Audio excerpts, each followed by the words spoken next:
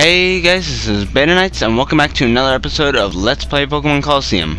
Now, as you may be able to tell from my voice, I am actually back in my room, back at home, once again. And I apologize for that last episode, guys. I don't know, maybe my capture card just really didn't like using any other TV besides my own. It like shunned every other one besides it.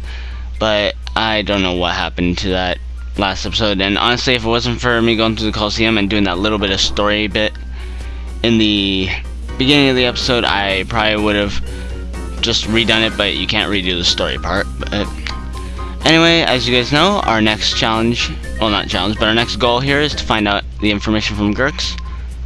So let's see what he has to say. Huh? What's that? You want to know about a shadow Pokemon that I battled? How about we battle first? If you win, I'll happily tell you about that shadow Pokemon's trainer. And like I guessed, just like Rogue Kale, we have to battle Gurks again. Now, if you guys remember, he is the guy with the 2 Wailord, and God, they're still as massive as ever. It's insane, look at that. And I know the 2 Pokemon I chose to send out in this battle probably weren't the best choices, but whatever. Wailord, not the most dangerous Pokemon, it has a high HP stat though, but other than that, nothing really to go on. Could always use Sunny Day and mess them all up. So let's see what we can do about taking out Gurks here. Nothing really much. All he has is these 2 Wailord and nothing else after that.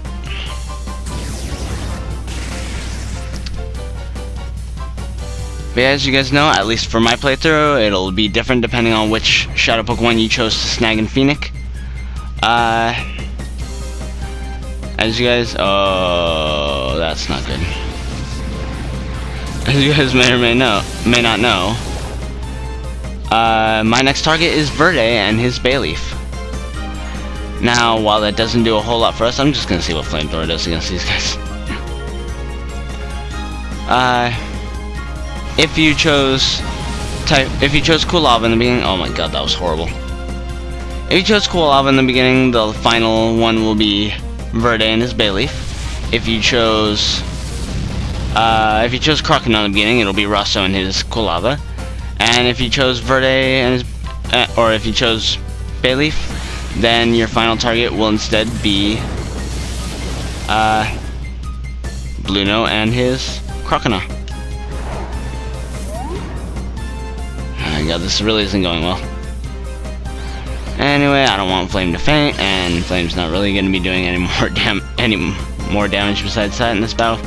Despite the massive amount of experience it got in the last battle, I will bring out Kireki again.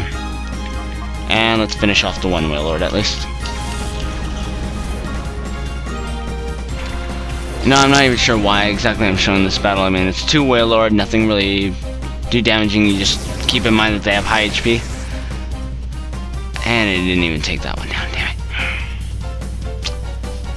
Oh god, that thing using rollout? Ah! No! Oh, that's like in Pikmin 2 fighting the, what was it, Empress Bullblacks? When it rolls back and forth. That's just what I imagined when I thought of a Wailord using rollout. Oh boy.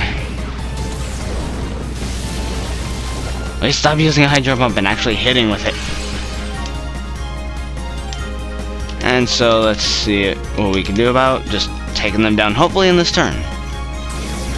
If it doesn't take him down this turn, I'm just going to skip to the end of the battle. 1 down, don't bite your tongue. See what we can do about the other derp face over there.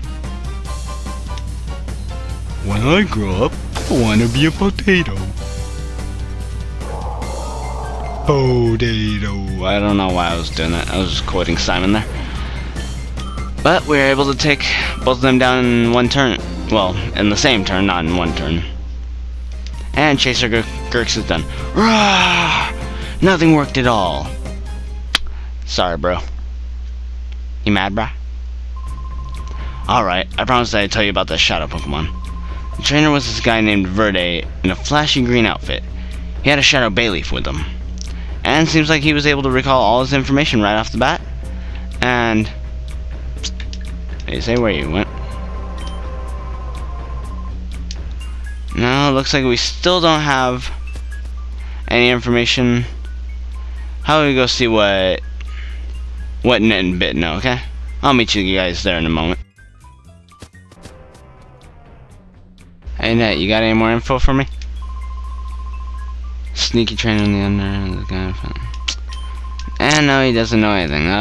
Well, how will we see if we can go to a different area in this, guys, and see if we get another email.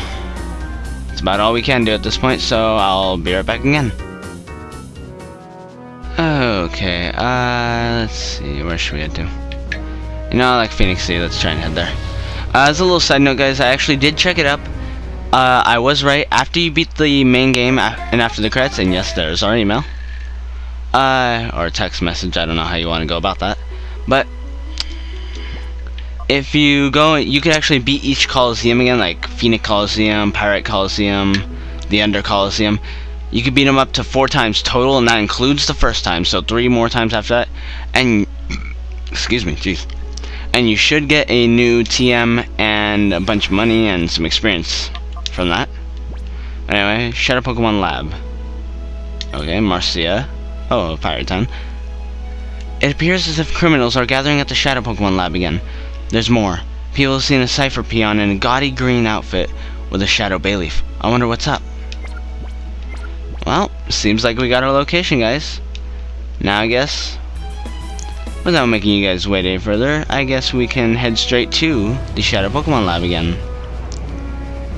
Wonder if we'll be able to find Verde there after all. Here we are, back at Ian's lab. Although this time, no Cypher admin to defend it. I wonder how long it'll be before we get sprung by any ninjas. Anyway, guys, if you want to head straight for the goal, then just head over to Ian's office at the end of this area. But if you go off some other side paths, there's some more trainers here. Uh-oh, intruder alert! And yes, there are a lot more ninjas here. First of all is Cole. Now, Cole has 3 normal type Pokemon on his team, and he also has an Octillery. So if you have a fighting type like Hariyama or Medicham, you can take down the majority of his team, and the Octillery, you can take it down with the Grass or an Electric type, or any really strong attack for that matter. Let's see here. Well, I'll tell you now, his Pokemon here are actually Wigglytuff, Ferret, Octillery, and Castform. Seeing as how I want to get a bit done in this, I think I'll skip to the end of at least this battle. But yeah, other than those 4 Pokemon, he doesn't really have much. I guess the Castform could be a little interesting with its weather effects, but anyway, without further ado, I will be right back.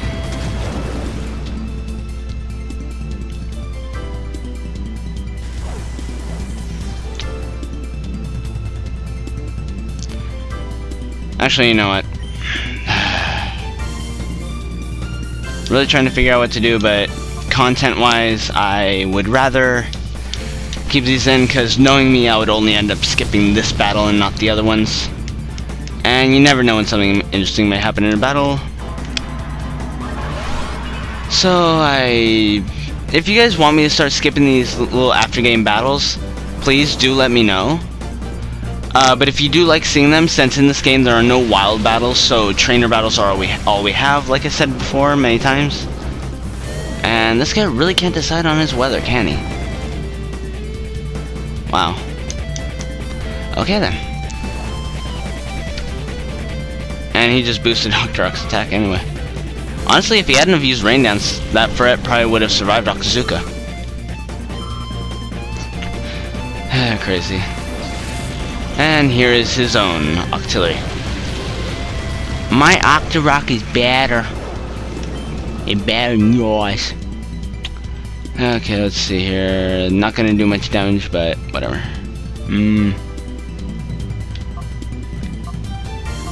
Yeah, I don't really have anything that could do a whole lot of damage to his Octillery right now, other than Earthquake, but I don't want to put Octorok through an Earthquake.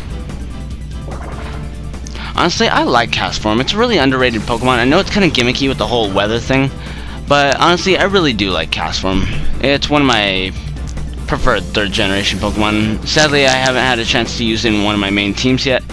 But who knows, maybe sometime in the future if I do another 3rd generation LP, like Emerald version or something like that. Oh, wow. Crap, underestimated that thing's offensive capabilities. And I may as well bring out V, I suppose.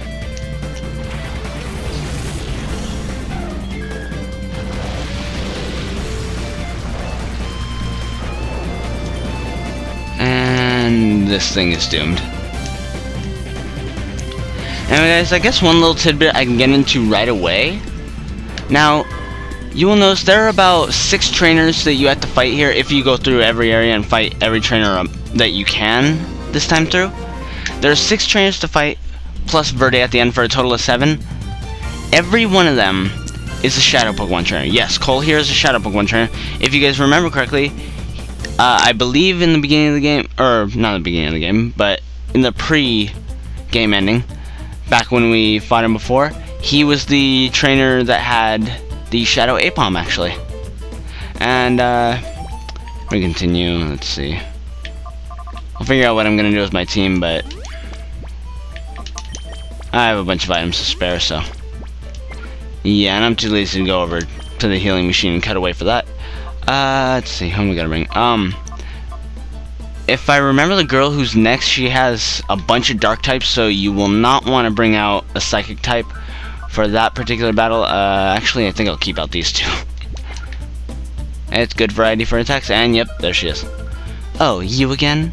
You're not getting off scot-free this time. Yes, as you can see, they all recognize you. Well, all Cypher and Team Snag'em will all recognize you anyway. But yeah, she literally means you again because we have fought her before. Her, I cannot recall which Shadow Pokemon she had. If you guys really want to know about it, leave a comment or something and maybe I'll reply back just naming off which ones had which Shadow Pokemon if you're interested in that. If not, it's not the biggest thing. So she starts off here with 2 Pokemon that are weak to fire type attacks. Neither of them are very good defensively or special defensively. Hit them both with fire, they die. In the words of Simon, kill it with fire. Well, he said a lot more frantically and with a much better English accent than what I can do. But yeah, oh my god, if you guys haven't seen that video of the I think it was a snapshot update or something, they were going through the different block IDs trying to figure out what all the different blocks were, including the unidentified ones. If you guys haven't seen the one where Simon first sees, where they actually both first see Silverfish, oh my god, go watch that now. It is one of the most hilarious moments in the Yogscast ever. Seriously, go check it out. Or a comment and I'll link you to it if you can't find it. Because I can't even remember the title. Let's see here. Flame can't really do anything to either of these guys. You know what? Earthquake. And Cloud doesn't need any more experience. I guess Uwe only because Uwe can actually Uwe is my one team member that can completely withstand one of my own earthquakes. Besides obviously Cloud. There are only 3 of my team members that I would willingly use earthquake with. One is Uwe, because Uwe can tank that hit like a boss. And the others being Cloud, because Cloud's a flying type and doesn't take any damage from it. And V, because I gave V Earthquake specifically for this reason. But obviously I couldn't bring out V there because I wouldn't have had a chance to even use it. Protect, that is. And yes, we got the Sharpedo, which, again, this one I'm not going to be able to do too much damage to, but I think after the damage it did take, this will be enough. Munch. And with a not very effective attack, down he goes.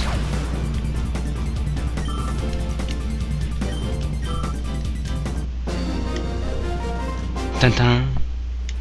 Seems like the end of that one. And I think again I'm gonna keep these Octorok and Flame out. Simply for the reason that let's see, I believe this way you could just keep continuing down. There's no trainers off to the side. Off to the left doesn't really lead anywhere, and it's like an empty room, I think, and to the right is a dead end. If I remember correctly from coming through here before. But anyway, I guess I'll get these two a little more experience. Plus, again, like I said, they have a wide variety of attacks. So, yeah. The only thing they really can't do a whole lot of damage to is water-type Pokemon. Outside of water-type Pokemon, they can ruckus anything else. Let's see, I guess... I would say excuse me, but that was probably an inaudible burp. I guess I'll use Flamethrower on Swablu there, because it'll do a ton of damage. And Octazooka will take out this Pubisar in one hit flat. One hit flat? I don't even know where I was going with that. It's like I mixed two sayings, and I can't even think of which ones they would be to actually make sense. And so we get a level, and almost a level. Mawile. Oh yeah, I was actually looking at people's teams that they've been using for Battle Tower in the handheld Pokemon games. Some of the teams are really cool. I actually remade my own game. I believe the team that has the record for the world record, or at least the recorded world record, for straight mountain battle wins in, I believe, Diamond and Pearl. And it was a Mesprit, Dropian, and Garchomp. I recreated that team in... I recreated that team in my Soul Silver? No, I recreated it in one of my games. It might have, yeah, it was in my Soul Silver. I recreated it, had the Pokemon there, but I kind of failed to use it in comparison to probably other people. But that thing has a record of, I don't even know what it is. It's almost 2,500 wins. Yes, you only need 100 to actually unlock the little achievement and get the little star on your trainer card, which I really want.